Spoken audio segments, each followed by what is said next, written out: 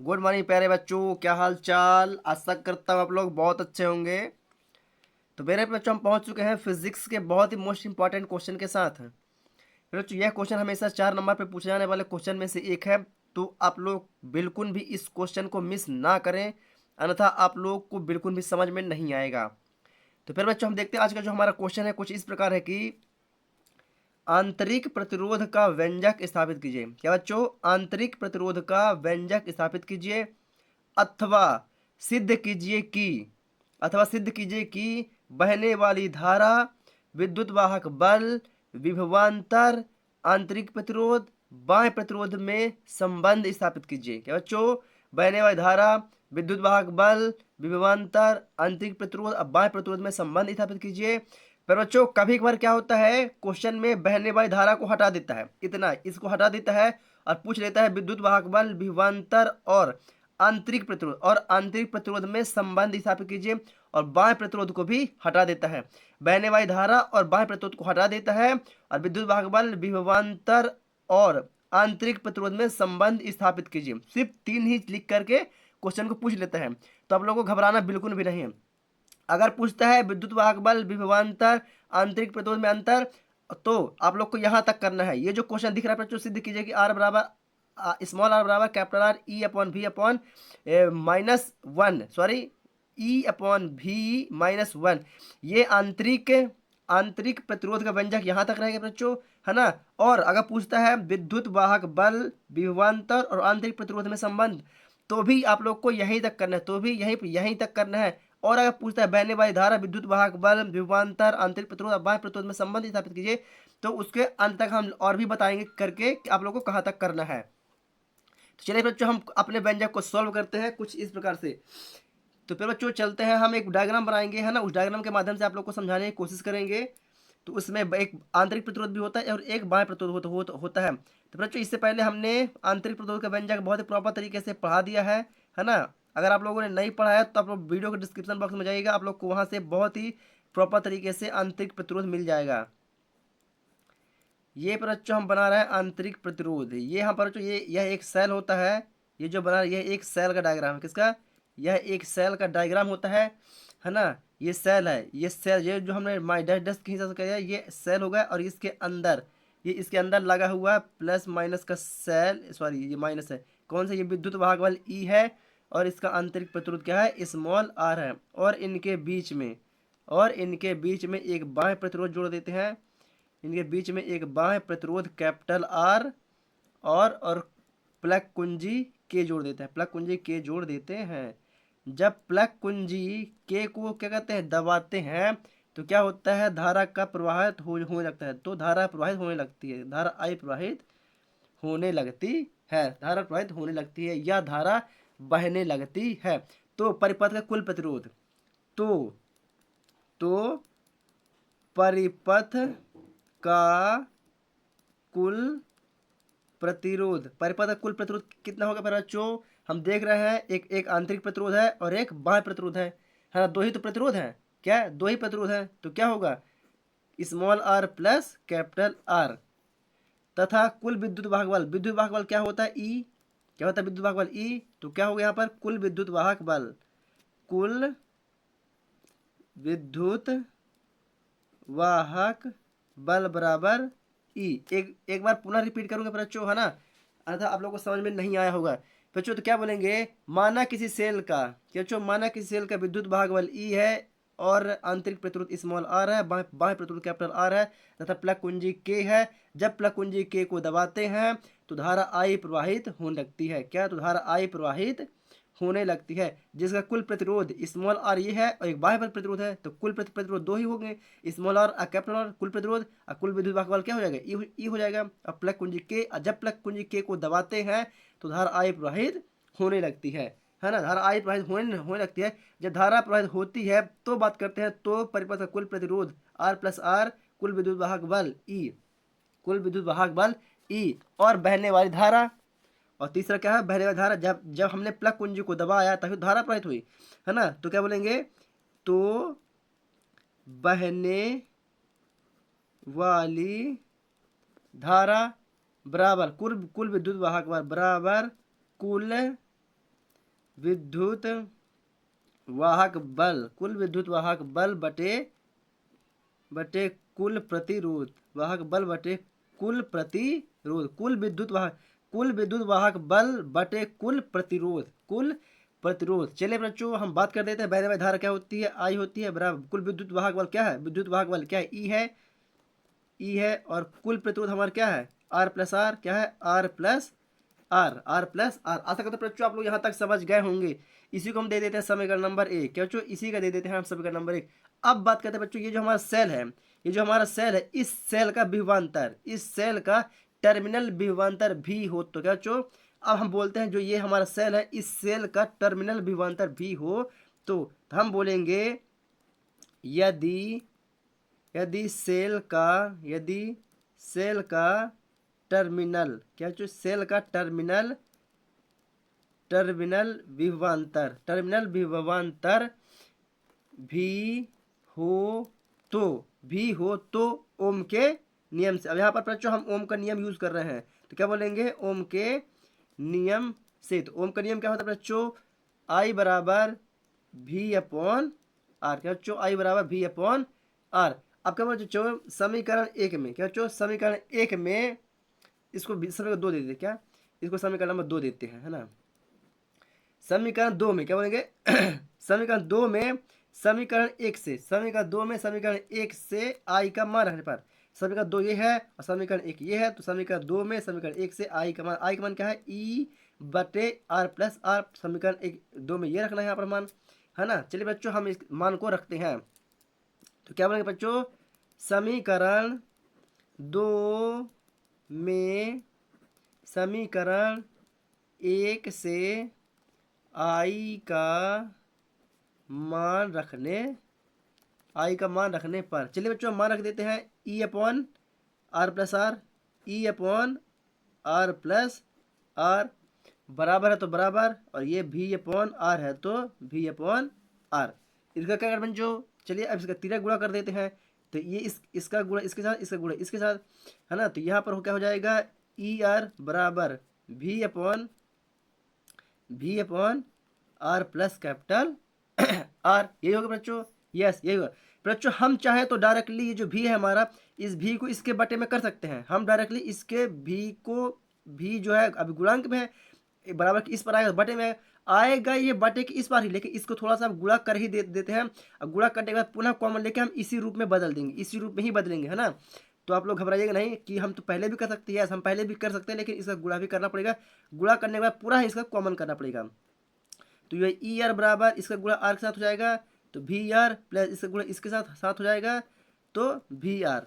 चलिए अब इनका फिर कॉमन ले लेंगे, क्या ले लेंगे, फिर कॉमन ले लेंगे तो वही रूप में बदल जाएगा, भी फिर कॉमन निकल आया तो आर प्लस आर, ये वही रूप है जो ऊपर हमने दिया हुआ है यह, लेकिन थोड़ा सा हमें बताना भी जरूरी है कि ये कैसे हो गया, है ना। और जब भी का इस पक्षांतर करेंगे तो बराबर इस पर आ जाएगा, तो बटे में आएगा, कहाँ आएगा बराबर इस पर बटे में आएगा, तो क्या हो जाएगा R plus capital R plus capital R, यही बनेगा बच्चों, यस बच्चों यही बनेगा। अब हम देख रहे हैं बच्चों ये जो वाला जो आर है हमारा प्लस में है, कहाँ प्लस है बराबर इस पर लेके आएगा तो किस में आएगा, माइनस में आएगा, यस कहाँ आएगा माइनस में। तो ई इंटू आर बट भी माइनस का आर बराबर स्मॉल आर, मतलब स्मॉल आर। तो क्या हो जाएगा स्मॉल आर बराबर ई इंटू आर बटे भी माइनस का आर। बच्चों आशा करता हूँ आप लोग यहाँ तक समझ चुके होंगे प्रॉपर तरीके से, थोड़ा सा है ना आप लोग यहाँ तक समझ चुके हैं। मैं नया पेज को थोड़ा सा ऐड कर लेता हूँ अपने में चलिए बच्चों हम नया पेज को ये ऐड कर लेते हैं यहाँ से, है ना। तो फिर बच्चों अब हम देख रहे हैं, अब हम क्या करेंगे, ये आर है तो आर बराबर हम देख रहे हैं ये वाला एक पॉइंट है, एक पॉइंट ये वाला है, तो दोनों पॉइंट में आर आर है तो आर कर ले लेते हैं, क्या कॉमन कर लेते हैं, हम आर कर ले लेते हैं कॉमन। तो क्या बचा यहाँ पर बचता है ई, क्या बचता है यहाँ पर ई, अब बटे में भी है तो भी माइनस कुछ नहीं है, मतलब क्या बचा कुछ नहीं, मतलब एक, यही तो बचेगा ना, यस यही बचेगा। तो फिर बच्चों यही कहलाता है हमारा का आंतरिक प्रतिरोध का व्यंजक, क्या कहलाता है आंतरिक प्रतिरोध का व्यंजक, यही आंतरिक प्रतिरोध का व्यंजक कहलाता है। और अगर पूछता है कि टर्मिनल विभवांतर, क्या टर्मिनल टर्मिनल विभवांतर और विद्युत वाहक बल और आंतरिक प्रतिरोध में संबंध, आंतरिक प्रतिरोध में संबंध। तो आप लोग को यहीं तक करना है। कहाँ तक करना है? आप लोग को यहीं तक करना है। और अगर आंतरिक प्रतिरोध, बाह्य प्रतिरोध, बहने वाली विद्युत धारा पूछता है तो उसके आगे थोड़ा सा हम और लेकर के चलेंगे। तो हम क्या करेंगे? पुनः समीकरण नंबर 2 से, क्या पुनः समीकरण 2 से। तो समीकरण 2 क्या था बच्चों? ओम का नियम। समीकरण 2 हमारा क्या था? ओम का नियम। तो आई बराबर भी अपॉन क्या था? आर। क्या था? भी आई बराबर भी अपॉन आर। तो ये आर है, आर को आई के साथ गुणा कर देते हैं तो ये हो जाएगा हमारा आई आर बराबर भी, क्या हो जाएगा? भी। अब फिर चलेंगे समीकरण नंबर 1 से। सॉरी, अब आप लोग को दिख नहीं रहा था, है ना। ये ओम का नियम लिए, फिर आर का आई के साथ गुणा कर दिए तो बचा भी, तो आई आर बराबर भी, ये बचा, है ना। अब चलेंगे समीकरण नंबर 1 से। समीकरण 1 से, तो समीकरण हमारा एक क्या था बच्चों? हमारा जो समीकरण था वो था आई बराबर E upon small r plus capital R, है ना। तो इसका आई का इसके साथ गुणा कर देंगे। क्या कर देंगे? इसे गुणा कर देते हैं। चलिए बच्चों, या यूँ समझ लीजिए जो हमारा आई प्लस आर है भाग में हम, तो बराबर के इस पर आएगा तो गुणे में आएगा। तो I into R plus capital R बराबर क्या बचेगा? ई। तो ई बराबर क्या हो जाएगा बच्चों? तो ई बराबर हो जाएगा I R plus R, I R plus R, यही हो जाएगा बच्चों। यस, ये हो जाएगा। तो क्या हो जाएगा? ई बराबर आई का गुणा स्मॉल आर के साथ, आई गुणा कैपिटल आर के साथ, तो आई आर प्लस आई कैपिटल आर, ये हो जाता है समीकरण नंबर हमारा 3। समीकरण नंबर 3 में आई आर का मान रखने पर क्या बच्चों? समीकरण 3 में आई आर का मान, तो हमने आई आर का मान क्या निकाला है? आई आर का मान हमने क्या निकाला? भी निकाला है। आई आर का मान क्या है? भी है। तो क्या बोलेंगे? समीकरण 3 में आई आर का मान रखने पर, समीकरण 3 में आई आर का मान रखने पर, चलिए बच्चों मान रख देते हैं। तो ई बराबर आई आर प्लस भी, आई आर का मान भी है, ये देख रहे हैं, आई आर का मान क्या है? भी है। तो आई आर का मान क्या रख दिए? भी रख दिए बच्चों, भी। यस। अब हम देख रहे हैं बच्चों, ये जो हमारा भी है किस में है? प्लस में है। ये वाला भी हमारा कहाँ? प्लस में है। तो बराबर के इस पर आएगा तो कहाँ आएगा? माइनस में आएगा। तो ये हो जाएगा E minus sorry I E minus sorry हम आई की बात कर रहे हैं। किसकी? आई की। ये जो आई है ये किस में है? ये प्लस में है ना। ये वाला प्लस में है। जो हमारा आई आर है, क्या ये आई आर की बात, सॉरी बच्चों, है ना, भी की बात नहीं करेंगे, है ना, आई आर की बात करेंगे। किसका? आई आर अभी किस में? प्लस में है। तो बराबर के इस पर आएगा तो माइनस में आएगा। तो ई माइनस आई आर बराबर भी हमारा प्लस में है तो प्लस में ही रहेगा, है ना, सॉरी, भी हमारा प्लस में तो प्लस में ही रहेगा। तो क्या हो जाएगा? ये हो जाएगा भी बराबर ई माइनस आई आर। आशा करते हैं बच्चों आप लोग मेरी बातों को बहुत ही प्रॉपर तरीके से समझ चुके हैं। दैट प्रूव्ड, फिर बच्चों हम इसी को बोलते हैं बहने वाली धारा आई, है ना, विद्युत वाहक बल ई, टर्मिनल विभवांतर भी, स्मॉल आंतरिक प्रतिरोध आर और बाह्य प्रतिरोध आर में यही संबंध है। आशा करते हैं बच्चों आप लोग इसे बहुत ही प्रॉपर तरीके से समझ चुके हैं। मेरे प्यारे रसगुल्लो, अगर आप लोग को समझ में आ गया है तो सो प्लीज़ आप हमारे रिस्क स्टडी यूट्यूब चैनल को सपोर्ट करना ना भूलें, क्योंकि आप लोग के लिए ही रिस्क स्टडी यूट्यूब चैनल बना हुआ है ना। तो इसे आप लोग सपोर्ट करें ज़्यादा से ज़्यादा और लोगों पर तक शेयर करें। चलिए बच्चों हम चलते हैं अब अपनी नोट्स कॉपी पर। तो आ जाइए हमारी अब नोट्स कॉपी पर और प्रॉपर तरीके से आप लोग भी अपनी नोट्स कॉपी में इसे लिख लीजिएगा, तो ही आप लोग को बहुत अच्छी तरीके से समझ में आएगा। तो फिर बच्चों आशा करता हूँ आप लोग क्वेश्चन को बहुत ही प्रॉपर तरीके से लिख चुके होंगे। तो आप फटाफट आप लोग डायग्राम को बना लीजिएगा और डायग्राम को बनाने के बाद नीचे इसको थोड़ा सा आप लोग लिख लीजिएगा, है ना। जो हमने बताया है कि माना किसी सेल का विद्युत वाहक बल ई है तथा आंतरिक प्रतिरोध स्मॉल आर है, इसके बीच एक बाह्य प्रतिरोध कैपिटल आर तथा प्लग कुंजी के लगी है। कुंजी के को दबाने पर धारा आई बहने लगती है तो परिपथ का कुल प्रतिरोध आर प्लस आर और कुल विद्युत वाहक बल ई,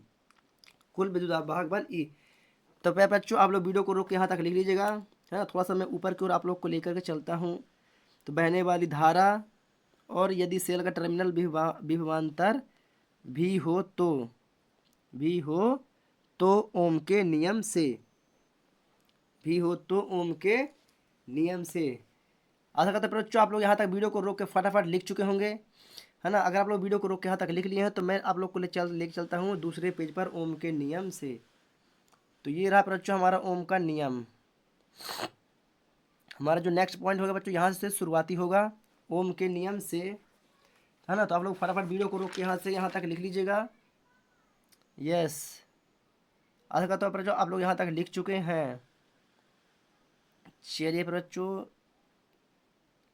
आप लोग यहाँ तक और प्रॉपर तरीके से लिख लीजिएगा है ना। फटाफट इतना आप लोग वीडियो को रोक के लिख लीजिए बच्चों, ज़्यादा देर मत लगाइएगा अन्यथा वीडियो बहुत ज़्यादा लंबी हो सकती है ना। तो फटाफट आप लोग वीडियो को रोकिए और लिखिएगा, है ना।